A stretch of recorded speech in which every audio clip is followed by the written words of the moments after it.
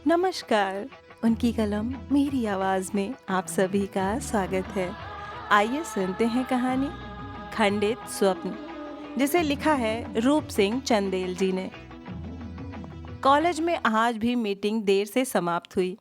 जब वे घर पहुंची 3:30 बज रहे थे। दरवाज़ा खोलते ही नौकरानी पूछ बैठी, बीबी जी आज फिर देर कर दी।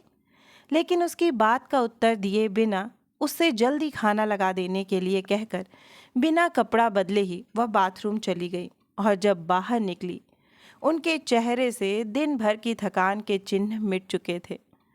पेट में चूहों को धमा चौकड़ी करते 2 घंटे से अधिक हो चुके थे।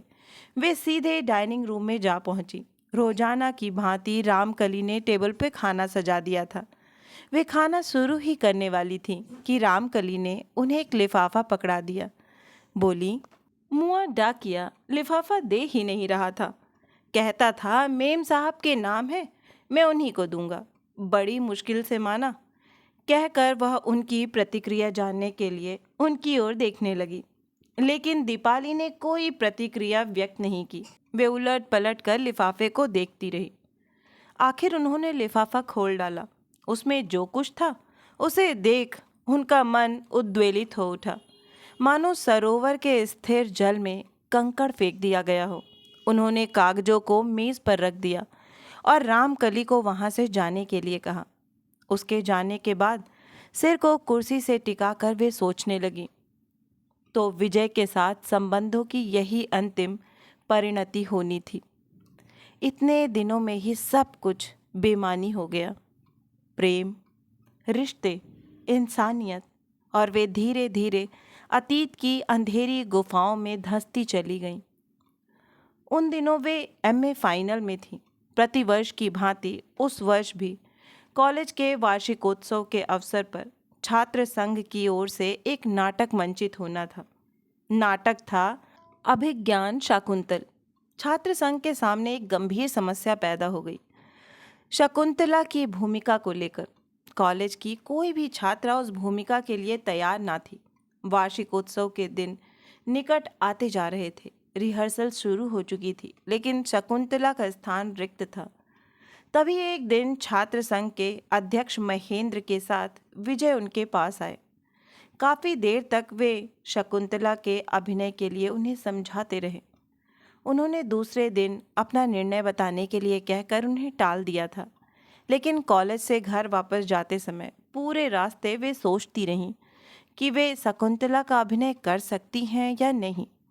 और घर तक पहुंचते पहुंचते इस निर्णय पर पहुंची कि वे यह अभिनय कर सकेंगी। और दूसरे दिन महेंद्र और विजय को उन्होंने अपनी स्वीकृति दे दी थी। वार्षिकोत्सव के दिन नाटक मंचित हुआ। दुष्यंत का अभिनय विजय कर रहे थे। नाटक बहुत सफल रहा था। नगर में दोनों के अभिनय की चर्चा थी। समाचार पत्रों ने विशेष प्रशंसात्मक टिप्पणियों के साथ उन दोनों के चित्र प्रकाशित किए थे। नाटक की सफलता के बाद वे और विजय अनायास ही एक दूसरे के निकट आ गए थे। विजय उनके सहपाठी थे और उसके बाद प्रायः ही उनके घर आने लगे थे। धीरे धीरे वे महसूस करने लगी थी कि वे वास्तव में ही शकुंतला हैं और विजय दुष्यंत। एक दिन वे फूल बाग में टहल रहे थे। टहलते हुए अचानक विजय रुक गए और दोनों कंधों के पास उन्हें पकड़कर बोले, दीपा, मैं तुमसे बहुत दिनों से एक बात कहना चाह रहा था। कहो। उन्होंने जिज्ञासा भरी नजरें विजय के चेहरे पर गड़ा दी थीं। यह मैं नहीं जानता कि तुम मेरे बारे में क्या सोचती हो, लेकिन सच मानो, तुम्हें लेकर मैं तमाम स्वप्न। आगे वह कुछ बोल न पाए थे। वे भी उस क्षण भावुक हो उठी थी। बिना बोले ही विजय की आंखों में कितनी ही देर तक देखती रही थी, और उन्होंने उन आंखों में साकार होने के लिए मचलते हजारों स्वप्न देखे थे। क्षण भर बाद उन्हें झकझोरते हुए विजय ने पूछा था, पागलों की तरह क्या देख रही हो दीपा? कुछ नहीं। अच्छा, अब चला जाए, बहुत देर हो गई। और दोनों चल पड़े थे। उस दिन के बाद विजय का अधिकांश समय उनके साथ ही बीतने लगा था। विजय के प्रस्ताव पर उन्होंने कंबाइंड स्टडी शुरू कर दी थी। कॉलेज से वह सीधे उनके घर आ जाते और रात देर तक पढ़ने के पश्चात घर जाते। समय तेजी से खिसकता रहा और परीक्षा सिर पर आ गई और एक दिन वह भी संपन्न हो गई। परीक्षा के अंतिम दिन घर लौटते हुए विजय उन्हें एक रेस्टोरेंट में ले गए। कॉफ़ी पीते समय उन्होंने सीधे शादी का प्रस्ताव रख दिया। वे उस समय फिर क्षण भर के लिए कहीं खो सी गई थीं। कप में पड़ी कॉफ़ी ठंडी हो गई। विजय भी कॉफ़ी पीना भूलकर निर्निमेष उनके चेहरे पर आ जा रहे भावों को देखते रहे थे। जब बेयरे ने आकर पूछा, साहब और कुछ चाहिए, तब दोनों की तंद्रा दूर हुई थी। अरे, कॉफ़ी तो ठंडी हो गई, तुमने पी क्यों नहीं? आपने भी तो नहीं पी? अरे हाँ। फिर बेयरे को 2 और कॉफ़ी का ऑर्डर देकर विजय बोले, दीपा, तुमने कोई उत्तर नहीं दिया। क्या उत्तर देना इतना आसान है? यह सब कुछ तुम्हारी इच्छा पर निर्भर है, यदि तुम चाहोगी। लेकिन विजय, क्या हमारे माँ बाप इतनी आसानी से तैयार हो जाएंगे? मैं तुम्हारे मम्मी पापा के विषय में नहीं बता सकता, लेकिन मेरे मम्मी पापा को कोई आपत्ति ना होगी। वे कुछ सोचती रह गई थी। तभी बेयरा आ गया था। थोड़ी देर के लिए उत्तर देने से वे बच गई थी, लेकिन बिल चुकता करने के बाद जब दोनों रिक्शा पर सवार हुए, विजय ने पुनः पूछ लिया, क्या सोचा तुमने दीपा? कुछ दिन सोचने दो। ठीक है। लेकिन विजय के प्रस्ताव को वे अधिक दिनों तक टाल ना सकी थी। विजय के असीम प्यार प्रदर्शन ने उन्हें स्वीकृति के लिए विवश कर दिया था। विजय को पा जाने की लालसा उनके अंदर तीव्रतर हो उठी थी। उन्होंने अपना निर्णय मम्मी पापा को बता दिया, लेकिन जैसी की आशा थी वही हुआ। विजय के साथ विवाह करना उन लोगों को स्वीकार न था। 2 पीढ़ियों के मध्य विचारों की टकराहट शुरू हो गई थी। जैसे जैसे मम्मी पापा उनकी गतिविधियों को प्रतिबंधित करते जा रहे थे, उनके मन में विजय के साथ विवाह करने का निश्चय दृढ़ होता जा रहा था। और एक दिन लावा फूट ही पड़ा था। पापा का रुद्र रूप उन्होंने उस दिन पहली बार देखा था। उल्टा सीधा कहने के बाद उस दिन अंत में वे बोले थे, दीपू, अगर तूने उसके साथ शादी की तो इस घर के दरवाजे तेरे लिए सदैव के लिए बंद हो जाएंगे। हथियार तो उन्होंने डाल दिए थे, किंतु रूढ़िवादी ऐंठ उनमें तब भी शेष थी। जिस दिन परीक्षा फल घोषित हुआ, विजय दौड़ते हुए उन्हें प्रथम श्रेणी में उत्तीर्ण होने की बधाई देने आए थे। लेकिन उस समय पापा ने विजय का जो अपमान किया, उससे वे बौखला उठी थीं, किंतु किसी प्रकार अपने को संयत किए रहीं। उस क्षण उन्होंने उस घर को शीघ्र ही छोड़ देने का निर्णय किया था और उसके ठीक 20वें दिन उन्होंने विजय के साथ कोर्ट मैरिज कर ली थी। विजय उन दिनों समाचार पत्रों में रिक्त स्थान देखने लगे थे। कई जगह आवेदन भी किया, लेकिन कहीं से कोई उत्तर नहीं आया। वे स्वयं पीएचडी करने के विषय में सोचने लगी थी। एक दिन जब परिवार के सब लोग शाम की चाय ले रहे थे, उन्होंने दबी जुबान अपनी इच्छा जाहिर की। उनकी बात सुनते ही विजय के मम्मी पापा एक साथ बोल उठे थे, बहू, हमारी सामर्थ्य ना तो अब विजय को आगे पढ़ाने की है और ना ही तुम्हें। पापा तो इतना ही कहकर चुप हो गए थे, किंतु मम्मी आगे बोली थी, हाँ, अगर तुम्हारे पापा चाहें तो तुम्हें पढ़ा सकते हैं। उनके पास धन की कोई कमी भी तो नहीं। लेकिन मम्मी, अब उनसे कुछ भी अपेक्षा करना क्या उचित है? क्या बात कर रही हो बहू? माँ बाप आखिर माँ बाप ही होते हैं। थोड़े दिनों बाद बच्चों को माफ़ कर देते हैं। उन्हें कितनी सरलता से मेरा हीरा जैसा बेटा दामाद के रूप में मिल गया है, वह भी बिना दहेज। सोच बहू, अगर वे तुम्हारी शादी कहीं और करते तो? खैर, तू तो खुद ही समझदार है, पढ़ी लिखी है। छोड़िए भी मम्मी इन बातों को, कहकर विजय उठकर वहां से चले गए थे। वे भी रुक न पाई थीं। कमरे में जाकर बेड पर ढह गई थीं। रात विजय की आहट पाकर उनकी नींद खुली थी, लेकिन उनसे बिना कोई बात किए बत्ती बुझाकर वह भी लेट गए थे। उस दिन के बाद उस घर का वातावरण तनावपूर्ण हो उठा था। विजय के अतिरिक्त सभी उनसे कम बातें करने लगे थे और विजय को भी उनसे बात करने का वक्त कहाँ मिलता था। वह सुबह के निकले शाम को घर में प्रवेश करते थे। घर में सबके होते हुए एकाकीपन उन्हें डसता रहता था।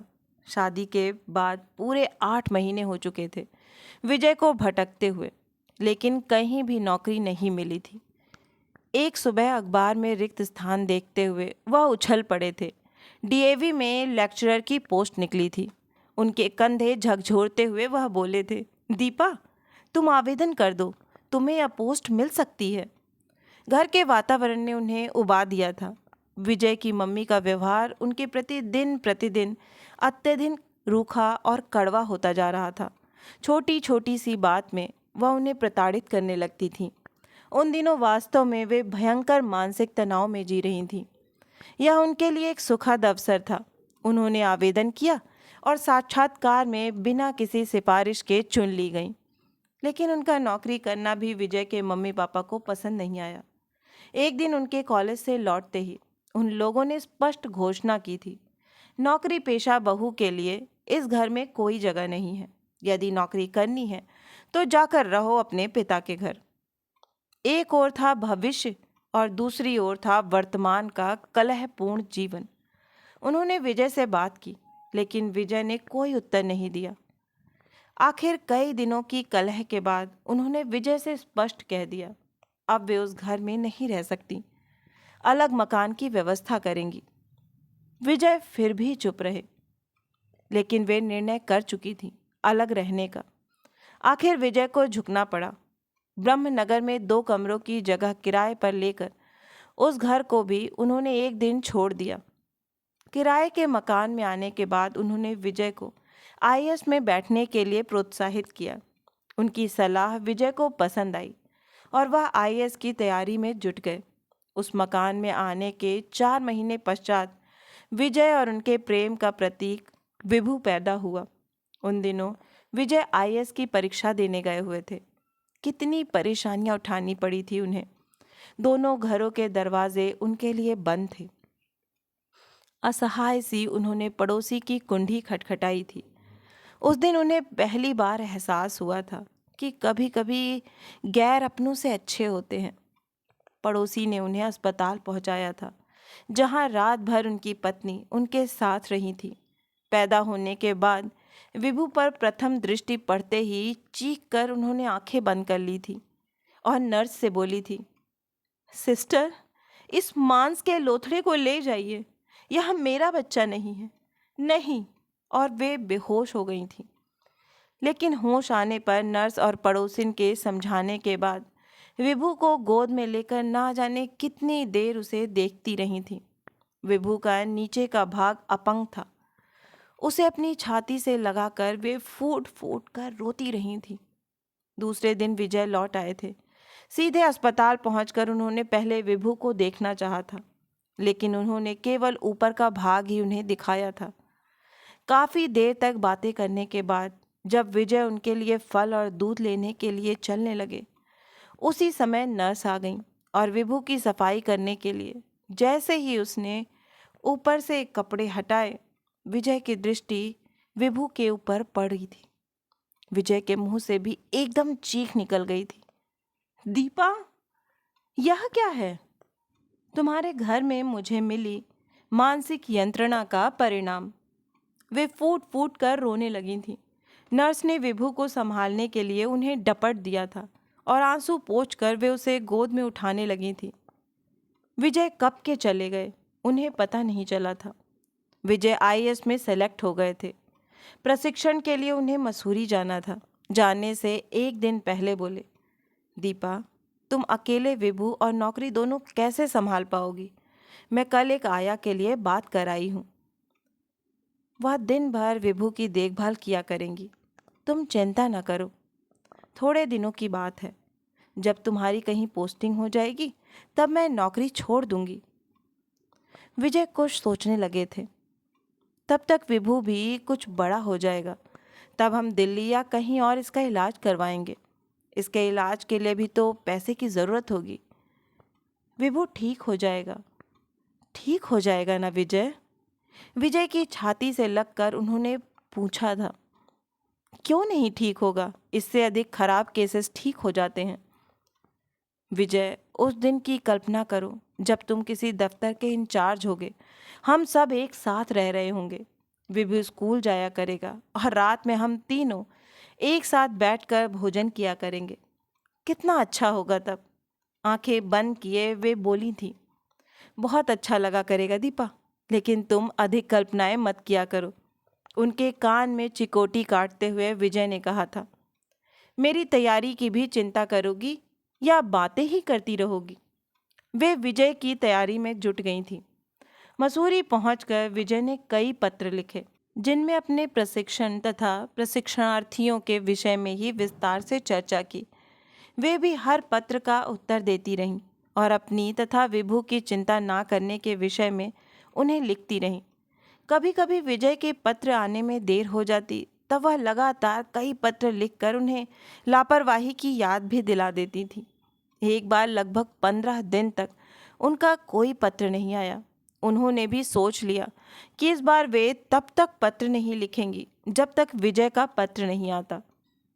आखिर एक दिन उनका पत्र आया, जिसमें माफ़ी मांगते हुए उन्होंने लिखा था, दीपा, आजकल पढ़ाई तथा अन्य कार्यक्रमों में व्यस्त रहने के कारण तुम्हें पत्र नहीं लिख पाया। मैं जानता हूँ तुम्हें अवश्य बुरा लग रहा होगा। भविष्य में ऐसा कभी नहीं होगा। यहाँ मेरे साथ लखनऊ की नीता सिंह भी प्रशिक्षण प्राप्त कर रही हैं। मेरी अच्छी मित्र बन गई हैं। कभी अवसर मिलने पर तुमसे मिलवाऊंगा। तुम उन्हें अवश्य पसंद करोगी। उस पत्र में ना तो विजय ने यह पूछा था कि वे कैसी हैं और ना ही विभु के विषय में एक शब्द लिखा था। उन्हें यह अच्छा न लगा। उन्होंने कई दिनों बाद पत्र का उत्तर दिया, लेकिन विजय उनसे 10 हाथ आगे निकले। उन्होंने 1 महीने बाद उनके पत्र का उत्तर दिया, वह भी केवल 4 पंक्तियों में। इन्हीं दिनों विभु बीमार हो गया। उसकी बीमारी में वे इस कदर उलझी कि विजय को लिख नहीं पाईं। शहर के अच्छे से अच्छे डॉक्टर को दिखाने के बाद भी वे विभु को बचा न सकीं। विभु उन्हें छोड़कर चला गया। विभु की मृत्यु ने उन्हें अंदर से तोड़ दिया। विभु की मृत्यु का समाचार विजय को देते हुए उन्होंने लिखा कि वह चाहे एक दिन के लिए घर आएं, किंतु आएं अवश्य। लेकिन विजय नहीं आए। काफ़ी दिनों बाद उनका पत्र आया जबलपुर से। उनकी वहाँ पोस्टिंग हो गई थी, लेकिन उसमें उन्होंने केवल अपनी पोस्टिंग की सूचना ही दी थी। विभु की मृत्यु के विषय में एक शब्द भी ना लिखा था। वही विजय का अंतिम पत्र था। उनका मन विजय से मिलने के लिए परेशान था, लेकिन विश्वविद्यालय की परीक्षाएं निकट थीं, जिससे वे उनसे मिलने भी नहीं जा सकती थी। समय तेजी से गुजरता जा रहा था। उनकी परेशानी भी बढ़ती जा रही थी। जबलपुर के पते पर विजय को लिखे उनके अनेक पत्र अनुत्तरित रहे थे और एक दिन उन्होंने निर्णय किया कि ना तो वे विजय को पत्र लिखेंगी और ना ही उनसे मिलने जाएंगी। उन्होंने अपने को बुरी तरह अध्ययन और अध्यापन में लगा दिया। 2 वर्ष का समय कब और कैसे बीत गया पता नहीं चला। 2 वर्ष बाद उन्हें जो कुछ मिला वह उनके सामने था, तलाक के कागजातों के रूप में, जिसके साथ विजय का संक्षिप्त पत्र था, जिसमें उन्होंने कागजातों को हस्ताक्षर करके तुरंत लौटा देने का मात्र अनुरोध किया था। उन्होंने एक नज़र सामने रखी खाली प्लेटों पर डाली, जिसे ठीक उनके सामने नित्य प्रति की भांति रामकली ने सजा रखा था। रामकली कितना ख्याल रखती है मेरी भावनाओं का, वे सोचने लगीं। यही तो था उनका स्वप्न। मेज़ के एक ओर वे होंगी, एक ओर विजय और एक ओर विभु। लेकिन वह स्वप्न तो कब का खंडित हो चुका। उन्होंने पेन उठाया और तलाक के कागजात पर हस्ताक्षर करने लगी। अभी आप सुन रहे थे कहानी खंडित स्वप्न। आशा है कि हृदय स्पर्शी कहानी आपको बहुत ही पसंद आई होगी। अगर कहानी पसंद आई है तो मुझे प्रोत्साहित करने के लिए एक लाइक करें, अपनों के साथ ज़्यादा से ज़्यादा शेयर करें। नीचे कमेंट बॉक्स में कमेंट करके बताएं कि आपको कहानी कैसी लगी। और अगर आप इस परिवार का हिस्सा बनना चाहते हैं तो इस चैनल से जुड़ें और इसे सब्सक्राइब करें। और हाँ, नोटिफिकेशन बेल ज़रूर दबाएं, जिससे आगे आने वाली हर कहानियाँ आपको समय पर मिलती रहें। फिर मिलती हूँ एक नई कहानी या कविता के साथ। तब तक के लिए आप सभी का कहानी सुनने के लिए बहुत बहुत धन्यवाद।